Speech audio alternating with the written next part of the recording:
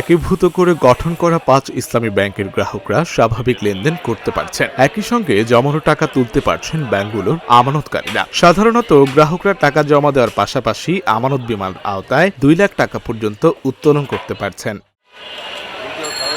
1 জানুয়ারি বৃহস্পতিবার রাজধানী ঢাকা সহ দেশের বিভিন্ন শাখায় খোঁজ নিয়ে এ তথ্য জানা গেছে। এরই মধ্যে অনেক শাখায় পুরনো সাইনবোর্ড সরিয়ে সম্মিলিত ইসলামী ব্যাংকের নামে নতুন ব্যানার ও সাইনবোর্ড সাটানো হয়েছে। তবে লেনদেন শুরু হলেও প্রথম দিন টাকা জমাদানের চেয়ে উত্তোলনের সংখ্যা বেশি ছিল। পর্যায়ক্রমে সঞ্চয়ী ও চলতি অ্যাকাউন্টের গ্রাহকদের টাকা দেওয়া হচ্ছে। দীর্ঘদিন পর নিজের কষ্টার্জিত অর্থ তুলতে পেরে সন্তুষ্ট গ্রাহকরা। নতুন বছর শুরু করাতে সবাই খুশি, টাকা সবাই পাচ্ছি, কিছু হলেও পাচ্ছি। আর যে শিডিউল করেছে আশা করি বাকিটা পর্যায়ক্রমে পেয়ে যাবো।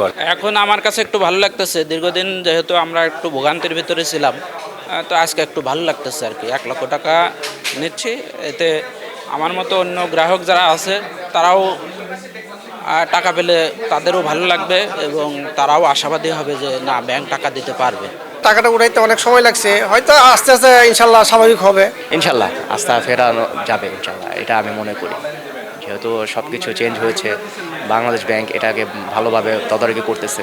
ধারাবাহিকভাবে ফিক্সড ডিপোজিট সহ অন্যান্য স্কিমের টাকা তুলতে পারবেন গ্রাহকরা। পুরোদমে ব্যাংকিং কার্যক্রম চালু হলেও শাখাগুলোর এটিএম কার্ড থেকে টাকা তুলতে সময় লাগতে পারে আরও কিছুদিন, জানান ব্যাংকের এই কর্মকর্তা। সঞ্চয়ী এবং চলতি হিসাবে যে টাকাটা সেটাই আমরা আপাতত আজকে শুরু করছি। বাংলাদেশ ব্যাংকের গাইডলাইন অনুযায়ী আমরা শুরু করলাম সর্বোচ্চ 2 লক্ষ টাকা। এই পর্যায়ক্রমে এটা থাকবে না, খুব অল্প দিনের মধ্যেই তার অন্য যে স্কিমগুলো আছে, বিশেষ করে টার্ম ডিপোজিট, অনেক ধরনের আমাদের ব্যাংকে স্কিম ছিল, সেই স্কিমগুলো এখন রূপান্তরিত হয়েছে এই ব্যাংকে, সম্মিলিত ইসলামী ব্যাংকে। এই স্কিমগুলোর আন্ডারে যেসব ডিপোজিট আছে, সব ডিপোজিটগুলো পর্যায়ক্রমে গ্রাহক তার মার্কেটে অন্যান্য ব্যাংকের সাথে সামঞ্জস্য রেখে প্রফিট সহ সে ফেরত পাবেন। সোমবার সম্মিলিত ইসলামী ব্যাংকের রেজুলেশন স্কিম অনুমোদন দেয় বাংলাদেশ ব্যাংক। নতুন ব্যবস্থাপনায় আমানত পুরোপুরি নিরাপদ থাকবে এবং এই রেজুলেশন প্রক্রিয়ায় ব্যাংকিং খাতে আস্থা ফেরাতে গুরুত্বপূর্ণ ভূমিকা রাখবে বলে জানান বাংলাদেশ ব্যাংকের মুখপাত্র। ব্যাংক তো কখনো বলবে না কোনো গ্রাহককে আপনি কেন আপনার অ্যাকাউন্টে টাকা উঠান না। এটা গ্রাহকের যখন প্রয়োজন বোধ করবে সে টাকা উঠাবে। কিন্তু আমরা দেখে আসছিলাম গ্রাহকের টাকার প্রয়োজন, কিন্তু টাকা উত্তোলন করতে পারছিল না বা ব্যাংক টাকা দিতে পারছিল না। স্বাভাবিকভাবে ওই ব্যাংকগুলো তো ব্যর্থ হয়েছে, নতুন মালিকানায় সরকারি রাষ্ট্রীয় মালিকানায় ব্যাংকগুলো চলে গিয়েছে। এবং আমরা বারংবার মিডিয়াকে এই কথা বলেছি, যেহেতু মালিকানা রাষ্ট্রের হাতে, আপনাদেরকে আস্থা রাখতেই হবে।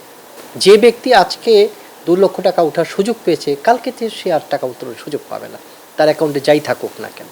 আমরা তো বলেছি গ্রাহক প্রতি 2 লক্ষ টাকা করে এই পর্যন্ত দেওয়া হলো। অনেকের আমানতের তুলনায় 2 লক্ষ টাকার পরিমাণ অনেক কম, কিন্তু যখন ওই গ্রাহকরা দেখেছে আমরা 5,000 টাকাও তুলতে পারিনি, তার কাছে 2 লক্ষ টাকা অনেক, 5,000-এর সাথে কম্পেয়ার করলে। অতএব আমরা 2 লক্ষ টাকা দেওয়া শুরু করেছি, এর অর্থ হলো যে আস্থাটা ফিরে আনার জন্য।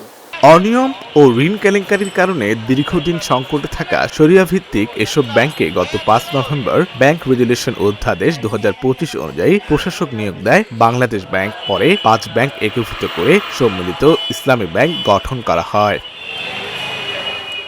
আশিক আরিফিন, ঢাকা জার্নাল।